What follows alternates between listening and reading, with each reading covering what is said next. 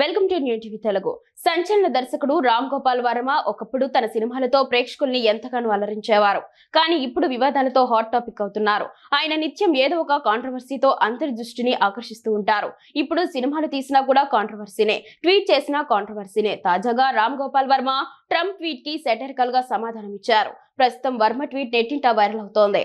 కొద్ది రోజులుగా భారత్ పాకిస్తాన్ మధ్య ఉద్రిక్తలు ఏ స్థాయికి చేరుకున్నాయో మనం చూస్తూనే ఉన్నాం.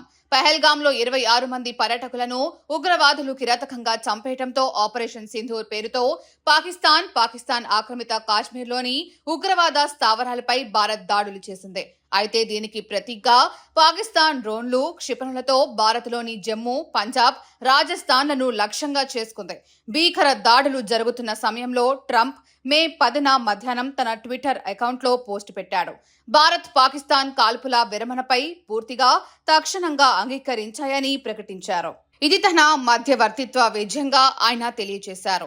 రెండు దేశాలు తక్షణమే కాల్పుల విరమణకు అంగీకరించడం పట్ల సంతోషిస్తున్నట్లు తెలిపారు. రెండు దేశాలు చాలా బాగా అర్థం చేసుకుని అంగీకరించినందుకు రెండు దేశాలకు ట్రంప్ అభినందనలు కూడా తెలియజేశారు. ఈ విషయంపై శ్రద్ధ చూపించినందుకు భారత్ పాకిస్తాన్ కు ధన్యవాదాలు అని తన ట్వీట్ లో పేర్కొన్నారు.